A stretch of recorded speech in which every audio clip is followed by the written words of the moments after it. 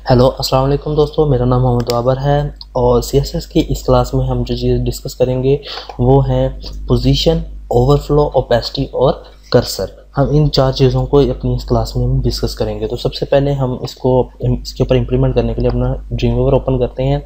मैंने इसके अंदर कुछ HTML पहले से लिखी हुई है। एक मैंने इसके अंदर div का टैग ओपन किया हुआ है जिसकी ID मैंने 1 रखी है, और एक मैंने पी का टैग शुरू किया हुआ है जिसके अंदर सिर्फ मैंने ये लिखा click here to like our Facebook page, और एक div 2 का बनाया हुआ है जिसकी ID 2 रखी हुई है, और नीचे उसके बाद मैंने H1 के काफ़ी सारे टैग्स बनाए हुए हैं। ठीक है, इसको मैं एक दफ़ा प्रीव्यू कर लेता हूँ ब्राउज़र के अंदर। तो ये हमारे सामने ये नज़र आ रहा है। ठीक है, इस तरीके से। अब सबसे पहले हम पोजीशन को चेक करते हैं, हम कि पोजीशन किस लिए बेसिकली इस्तेमाल करते हैं। पोजीशन ये होता है कि आप किसी भी चीज़ को अपने पेज के ऊपर कहीं पर भी मूव करवा सकते हो। जैसे अगर आप अपने इस डिव को इस अपनी पेज के सेंटर में लेकर आना चाहते हैं तो उसके लिए आप क्या करेंगे, सिंपल आप div 1 को कैच करेंगे और इसकी पोजीशन जो है एब्सोल्यूट कर देंगे। और पोजीशन तो एब्सोल्यूट कर देंगे, लेकिन उसके बाद आप इसको मार्जिन देंगे लेफ़्ट से। ठीक है, तो लेफ़्ट करेंगे इसको, लेफ़्ट से आप इसको कहते हैं जी 500 पिक्सल आगे को आ जाए। तो आप इसको ऐसे करते हैं तो ये देखें ये डिव आ गया। अब आप इसको टॉप से भी जितना करना चाहते हैं, टॉप से 500 पिक्सल करना चाहते हैं तो टॉप से भी आ जाएगा। तो ये 500 आया, आप 300 भी कर सकते हैं। तो जैसे आपको चाहिए, आपने इसको सेंटर में लिया है तो आप इसकी तरीके से इसकी पोजीशन चेंज कर सकते हैं। हाँ, एक और चीज़ है, अगर आप पी के लिए यूज़ करते हैं, हम सिर्फ पोजीशन एब्सोल्यूट नहीं यूज़ कर सकते, पोजीशन फिक्स्ड भी यूज़ कर सकते हैं। पोजीशन फिक्स्ड बेसिकली हम क्यों यूज़ करते हैं उसका भी मैं आपको दिखाता हूँ। अगर हमारी फिक्स्ड नहीं है और इसको मैं पोजीशन एब्सोल्यूट करता हूँ और इसको मैं राइट से 0 पिक्सल या 10 पिक्सल कर देता हूँ, तो ये देखें कि हमारा जो पी टैग है वो राइट साइड पर आ गया।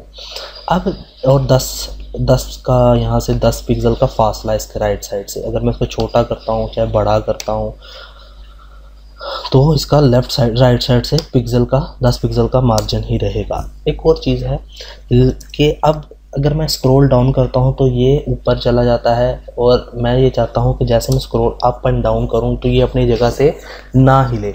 तो मैं यहाँ पे एब्सोल्यूट की जगह पर फिक्स्ड लिख दूंगा। और अब अगर मैं इस पेज को अप एंड डाउन करूंगा तो हमारा क्लिक हेयर जो है वो वैसे का वहीं का वहीं खड़ा रहेगा।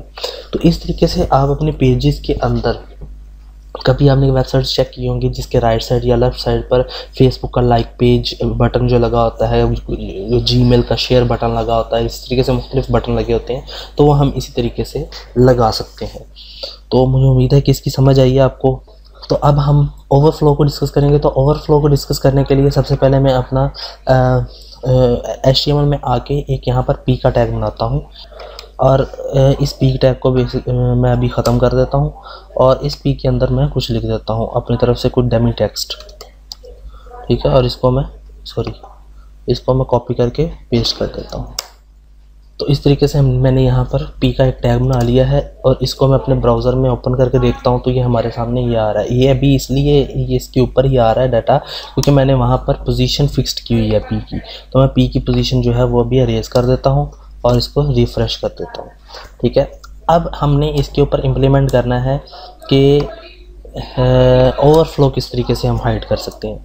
तो अगर मैं पी की यहाँ पर विड्थ और हाइट दे देता हूँ, मैं यहाँ पर पी लिख देता हूँ और विड्थ मैं इसकी कर देता हूँ 500 पिक्सल, और हाइट जो है 100 पिक्सल कर देता हूँ। यहाँ पे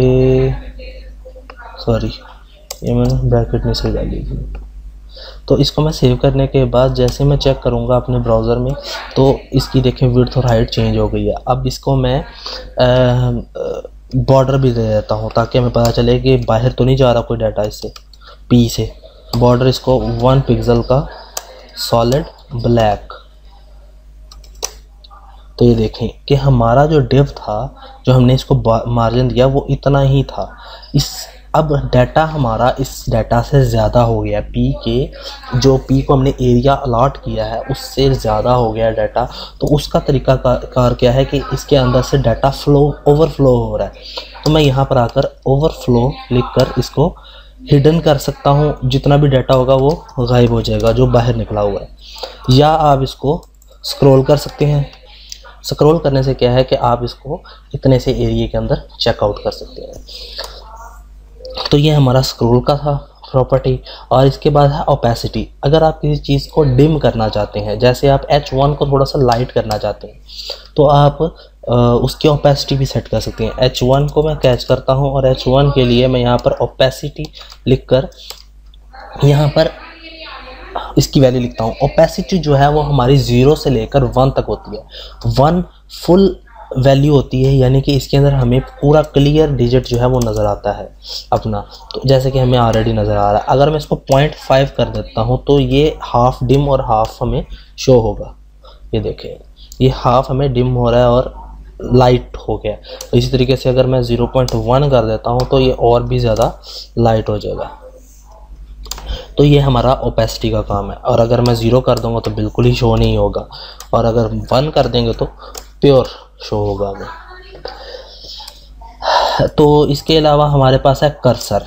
अब आप चाहते हैं कि देखें बेसिकली कि आपका H1 के ऊपर कोई लिंक तो नहीं लगा हुआ। जो माउस का कर्सर जो है, जैसे मैं इसके ऊपर लेकर आता हूं तो जैसे टेक्स्ट के लिए हम यूज़ करते हैं तो कर्सर उसमें चेंज हो जाता है। आप अगर इसको कर्सर जो है वो चाहते हैं कि इसके ऊपर आए लेकिन एक हाथ सा बना आ जाए, तो उसके लिए मैं क्या करूँगा, यहाँ पे कर्सर लिखूँगा। कर्सर के लिए यहाँ पर काफ़ी सारे ऑप्शन है कि आप ये चाहते हैं कौन सा वाला कर्सर चाहते हैं। तो मैं यहाँ पे पॉइंटर चाहता हूँ। तो यहाँ पे आप बहुत से कर्सर हैं जो इसको आप चेक कर सकते हो। अब मैं इसके ऊपर लेकर आऊँगा तो देखिए जैसे मैं इसके ऊपर आता हूँ तो इसके ऊपर हाथ सा बना आ जाता है, जैसे इसके ऊपर कोई लिंक लगा हुआ। हालांकि इसके ऊपर कोई लिंक नहीं लगा हुआ, ठीक है। तो इस तरीके से इसके ऊपर कर्सर जो है हम चेंज कर सकते हैं।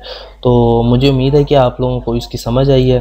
तो नेक्स्ट क्लास में मज़ीद प्रॉपर्टीज़ के साथ मिलता हूँ मैं आपको। तब तक के लिए मुझे इजाज़त दीजिए। अल्लाह हाफिज़।